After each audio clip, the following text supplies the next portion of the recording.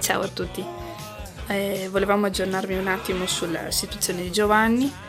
Quelli sono i raggi di oggi, siamo a circa 3 cm di allungamento. A 3 centimetri di allungamento. I progressi della gambina del nostro piccolo Joe si vedono chiaramente dalla lastra che ci ha inviato mamma Erika, che ci racconta come sta procedendo questo percorso post-operatorio e intanto Giovanni ha imparato a camminare da solo senza il walker.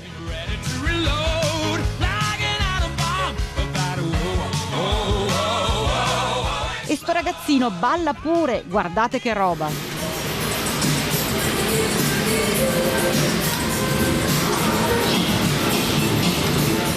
L'allungamento della gambina procederà anche per tutta la prossima settimana, poi una decina di giorni di stasi.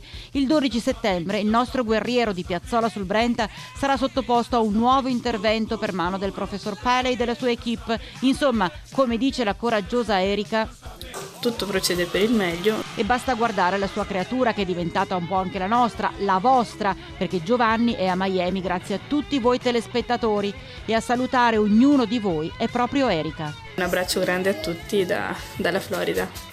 Ciao!